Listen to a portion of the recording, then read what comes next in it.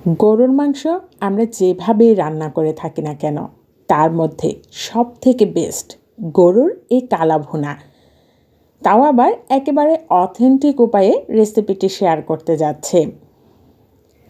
বাহিরের নামি দামি কোনো মশলা ছাড়া ঘরোয়া মশলা দিয়ে আজকের রেসিপি শেয়ার করব। আসসালামু আলাইকুম, সকলকে স্বাগত জানাচ্ছি আজকের আয়োজনে। বাহিরের নামি দামি মশলা ছাড়া গরুর এই কালা ভুনার রেসিপি কতটা সহজভাবে আপনাদের মাঝে শেয়ার করছি, দেখতে থাকুন। যদি রেসিপিটি ভালো লাগে তাহলে সাবস্ক্রাইব করে যাওয়ার অনুরোধ রইল। তাহলে শুরু করছি আজকের আয়োজন। বিসমিল্লাহির রহমানির রহিম। শুরুতে নিয়েছি 1 কেজি পরিমাণ গরুর মাংস। মাংসের টুকরোগুলোকে একটু বড় আকারের কেটে নিয়েছি, কারণ কালো ভুনার মাংসের টুকরোগুলো একটু বড় আকারের কেটে নিতে হয়। এখন যে মশলাগুলো ব্যবহার করছি, দিয়ে দিলাম 1 টেবিল চামচ পরিমাণ রসুনের পেস্ট, 1 টেবিল চামচ পরিমাণ আদা পেস্ট, 1.5 টেবিল চামচ পরিমাণ মরিচের গুঁড়ো, 1 টেবিল চামচ পরিমাণ হলুদের গুঁড়ো, 1 টেবিল চামচ পরিমাণ করে ধনে জিরে গুঁড়ো, 1 টেবিল চামচ পরিমাণ গরম মশলা গুঁড়ো, 1 চা চামচ পরিমাণ গোলমরিচ গুঁড়ো, 1.5 টেবিল চামচ পরিমাণ কালো ভুনার মশলা বাসায় তৈরি করা, স্বাদ অনুযায়ী লবণ, 1 কাপ পরিমাণ পেঁয়াজ বেরেস্তা, 1 কাপ পরিমাণ পেঁয়াজ কুচি, আর যেই তেলে পেঁয়াজ বেরেস্তা করেছিলাম সেই তেল দিয়ে দিলাম। এখন সবগুলো মশলার সাথে মাংসটাকে ভালো করে মিশিয়ে নেব। খেয়াল রাখতে হবে এই ক্ষেত্রে সবগুলো মাংসের সাথে যেন মশলাটা ভালো করে মেশানো হয়, কারণ এতে করে মাংসের স্বাদ খুব ভালো আসবে এবং মশলাগুলো মাংসের গায়ে খুব ভালো করে ঢুকবে। আর এই পর্যায়ে মাংসগুলোকে ভালো করে মেশানোর পরে 2 ঘন্টা রেস্টে রাখতে হবে। যদি হাতে সময় না থাকে তাহলে হাফ অ্যান আওয়ার আপনি রেস্টে রাখতেই হবে। তো আমি 2 ঘন্টা পর চুলা অন করে মাংসটা বসিয়ে দিলাম, আর এইভাবে আমি 15 মিনিট কোনো ঢাকনা ছাড়াই মাংসটাকে ভেজে নেব। ভাজতে ভাজতে একটা পর্যায়ে আমি কিছু গোটা মশলা ব্যবহার করছি। এখানে গোটা গরম মশলার মধ্যে রয়েছে একটি কালো এলাচ, স্টার মশলা, ছোট এলাচ কয়েকটা, তার মধ্যে তেজপাতা, দারচিনি দিয়ে দিলাম। এখন আরও কিছুক্ষণ ভেজে নেব। এভাবে ভাজতে ভাজতে 15 মিনিট পর আমি ঢাকনা দিয়ে দিচ্ছি। আরও 10 মিনিট পর যখন ঢাকনাটা খুললাম, মাংসের গায়ে থেকে বেশ কিছু পানি ছেড়ে এসেছে। আর আমি আসলে এই পানিতেই মাংসটাকে সেদ্ধ করে নেব, যেহেতু আমি চুলার আঁচ একেবারে লো হিটে রেখেছি।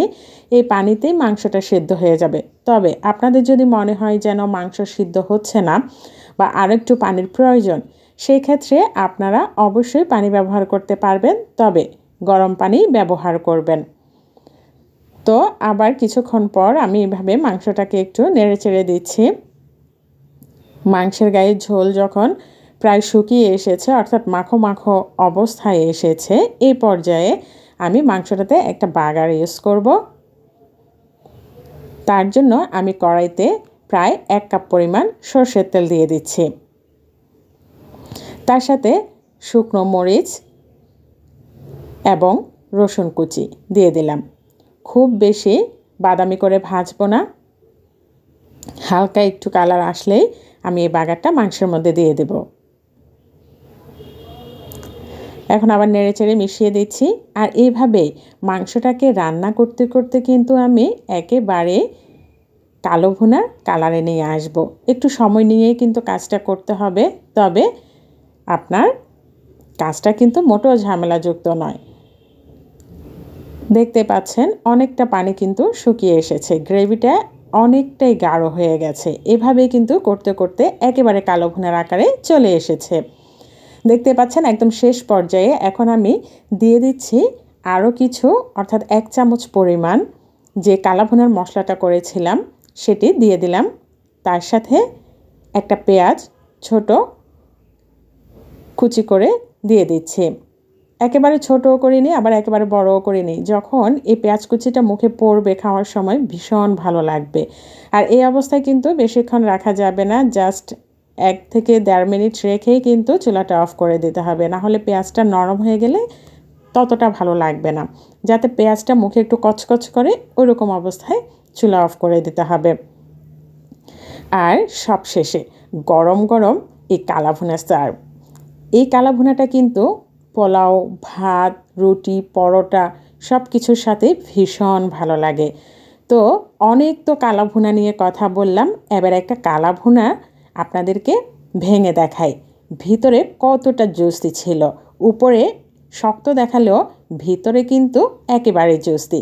দুর্দান্ত স্বাদের এই কালাভুনা একেবারে সিম্পলভাবে আপনাদের মাঝে শেয়ার করলাম। আশা করছি আপনাদের কাছে সহজ লেগেছে। তাহলে আজকের জন্য এই পর্যন্তই। আল্লাহ হাফেজ।